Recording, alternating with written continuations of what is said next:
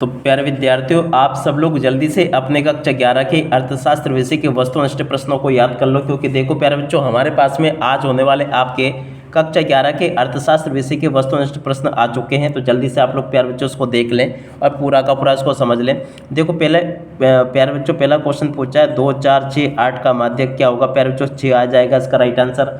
और अब अगला क्वेश्चन पढ़ते हैं, से संबंध गुणांक का परास होगा। तो देखो पर जो -1 से +1 के बीच में होता है और P0 प्रदर्शित करता है। तो देखो पहले जो P0 क्या प्रदर्शित करता है, आधार वर्ष का मूल्य प्रदर्शित करता है। और अब अगला क्वेश्चन, भारत में आर्थिक सुधार प्रारंभ हुए। तो देखो पहले जो 1991 में प्रारंभ हुए थे। और अब अगला क्वेश्चन पढ़ते हैं, महात्मा गांधी राष्ट्रीय ग्रामीण रोजगार गारंटी अधिनियम पारित हुआ। तो देखो पहले जो 2005 में पारित हुआ था। और अब अगला क्वेश्चन पढ़ते हैं, तनवा परियोजना संबंधित है। तो देखो पर जो ये जो ना कृषि से संबंधित है। और अब अगला क्वेश्चन पढ़ते हैं, क्या दे रखा है। देखो प्यारे जो आपको मेरे द्वारा यहाँ पर आपको सभी के सभी आपके वस्तुनिष्ठ प्रश्न कवर करवाए जाएंगे। यहाँ पर प्यारे बच्चों क्वेश्चन पूछा है, जब समग्र की चुनी हुई इकाइयों का अध्ययन किया जाता है तब उसे कहते हैं। तो देखो इसको कहते हैं निर्देशन अर्थशास्त्र। और संगणना अनुसंधान किसे कहते हैं। प्यारे बच्चों इसका राइट आंसर आपका आ जाएगा। देखो इसका राइट आंसर लिखा है, प्यारे बच्चों देख लीजिएगा आप लोग, सांख्यिकी है। देखो प्यारे बच्चों सांख्यिकी क्या विज्ञान एवं कला दोनों है। और अब अगला क्वेश्चन, बहुवचन में सांख्यिकी का अर्थ होता है। तो देखो विधियों से होता है। प्राथमिक समक होते हैं। तो देखो जो मौलिक समक होते हैं। द्वितीयक समक की जोड़ के उत्तर प्यारे बच्चों आपका आ जाएगा प्रकाशित आंकड़े। और जब समग्र की प्रत्येक इकाई का अध्ययन किया जाता है तब इसे कहते हैं। तो देखो उसको कहते हैं संगणना अनुसंधान। ठीक है, तो यहाँ तक के प्यारे बच्चों मैंने आपको सभी क्वेश्चन के आंसर बता दिए। उसके बाद में देखो इन प्रश्नों के उत्तर को देख लो। यहाँ पर क्वेश्चन पूछा है, अर्थशास्त्र आर्थिक कल्याण का अध्ययन है, ये किसने कहा था। मार्शल ने कहा था। अपवर्जी विधि के अंतर्गत प्यारे बच्चों देखो किसी वर्ग की निम्न सीमा और वर्ग अंतराल के समावेशित करते हैं। ठीक है, और अब अगला क्वेश्चन, आंकड़ों के वर्गीकरण का उद्देश्य क्या। प्यारे बच्चों तो देखो उपयुक्त सभी, इसका राइट आंसर आ जाएगा। और अब अगला क्वेश्चन, किसी वर्ग में मतों की संख्या को कहते हैं। तो देखो आवृत्ति कहते हैं। भारत में विकास योजनाएं कब प्रारंभ हुई थी। तो देखो इसका राइट आंसर प्यारे बच्चों आपका आ जाएगा 1 अप्रैल 1951। और 2011 की जनगणना की रिपोर्ट के अनुसार किस राज्य में साक्षरता दर सबसे कम थी। तो देखो इसका राइट आंसर प्यारे बच्चों आपका आ जाएगा बिहार। और अब इसके बाद में चलो अपन और कुछ ऑब्जेक्टिव टाइप के क्वेश्चन देख लेते हैं, जो कि 100% आपके पेपर में पूछे जाने वाले हैं। देखो यहाँ से आप लोग इनको भी पढ़कर जाना।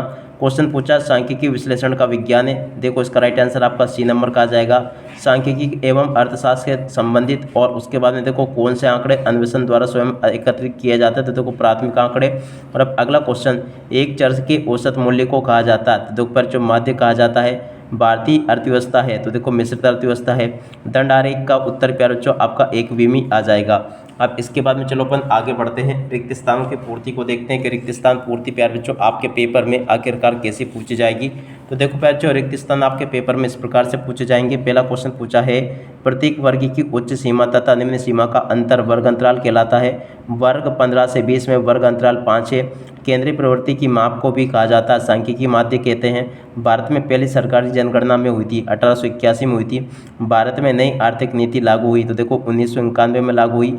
भारत में पहली रेलगाड़ी वर्ष में चली। देखो पहले जो 16 अप्रैल 1853 में चली।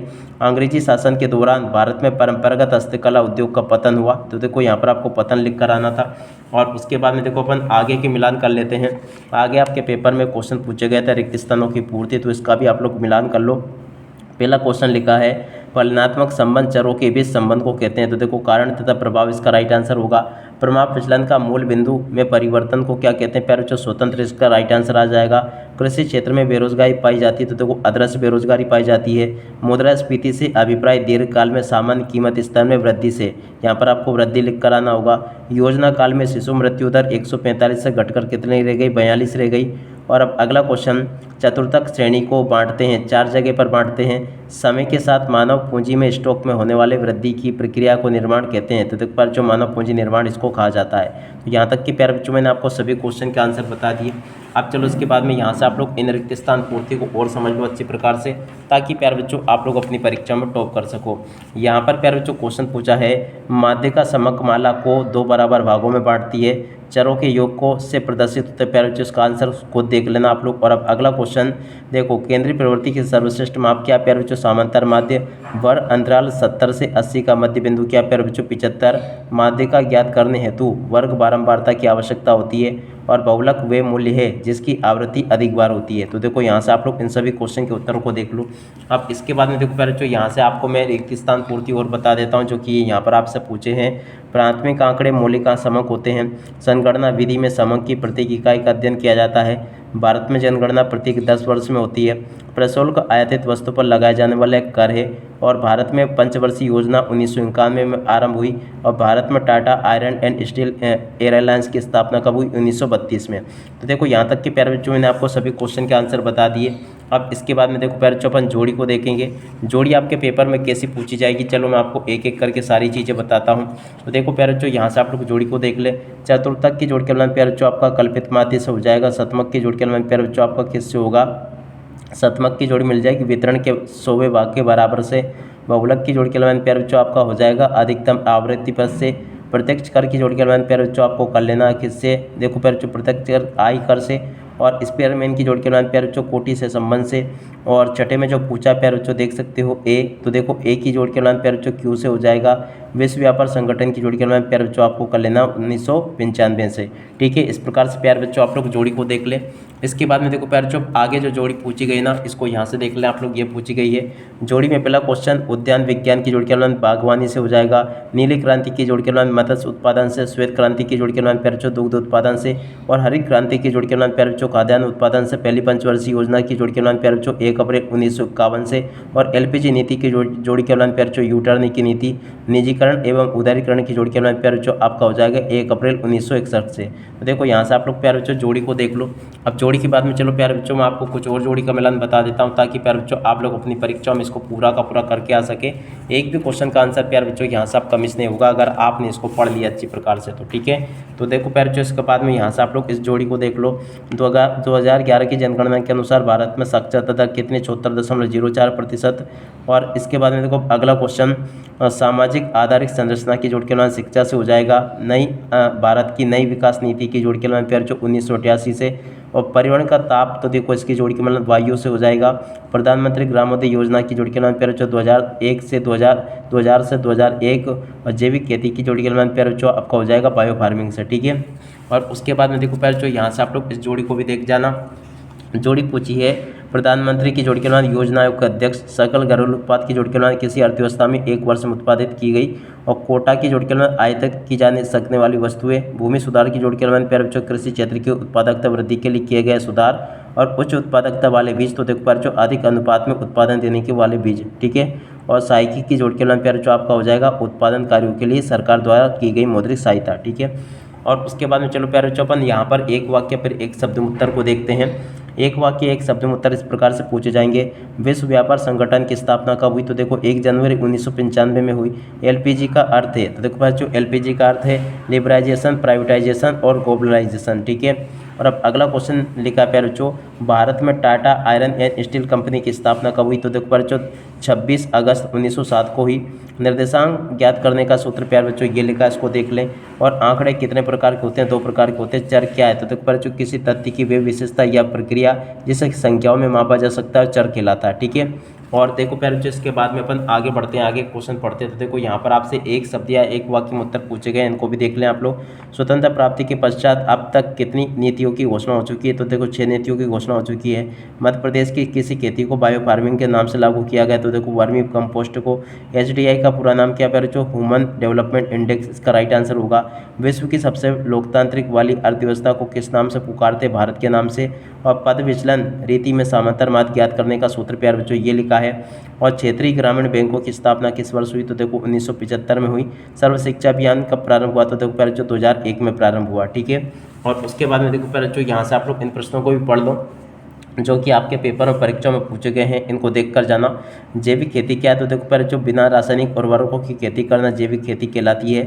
किस क्षेत्र में प्रचलित बेरोजगारी पाई जाती है? तो देखो प्यारे बच्चों कृषि में। और अब अगला क्वेश्चन श्रम बल तथा कार्यबल का अंतर क्या कहलाता है? बेरोजगारी कहलाता है। और उसके बाद में देखो अगला क्वेश्चन, वास्तविक श्रम शक्ति की माप क्या कहलाती है? तो देखो रोजगार कहलाती है।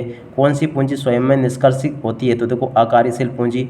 मानव पूंजी तथा मानव विकास के पारस्परिक संबंध किस प्रकार का है? तो देखो पर जो सीधा संबंध है। कृषि विपणन का अर्थ होता है तो देखो पर जो कृषि भंडारण से होता है। तो देखो यहाँ तक के प्यारे बच्चों मैंने आपको सभी क्वेश्चन के आंसर बता दिए एक वाक्य वाले। और उसके बाद में देखो प्यारे बच्चों एक वाक्य में कुछ और ये क्वेश्चन पूछे गए, इनको भी देख लो। पहला क्वेश्चन पूछा है आर्थिक क्रिया किसे कहते हैं? तो देखो धन कमाने के उद्देश्य से जो क्रिया की जाती है उसे आर्थिक क्रिया कहते हैं।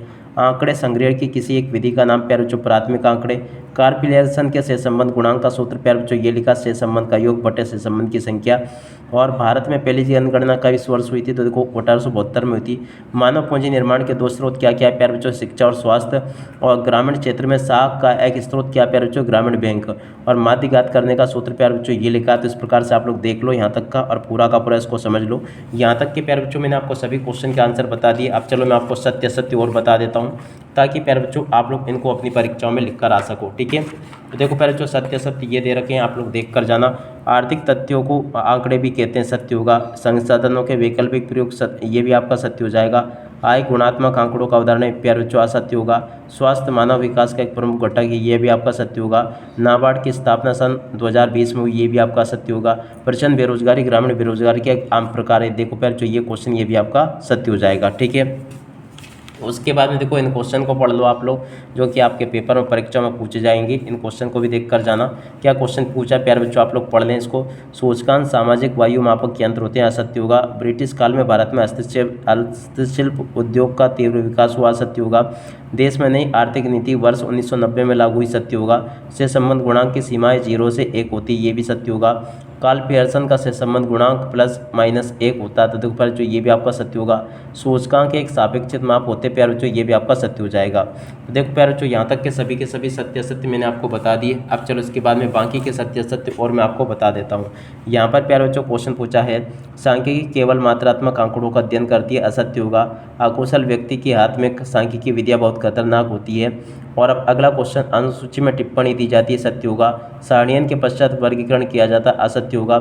योजना काल में सकारात्मक के राजस्व के क्षेत्र में वृद्धि योगदान बढ़ा है, प्यारे बच्चों देखो ये भी आपका सत्य होगा।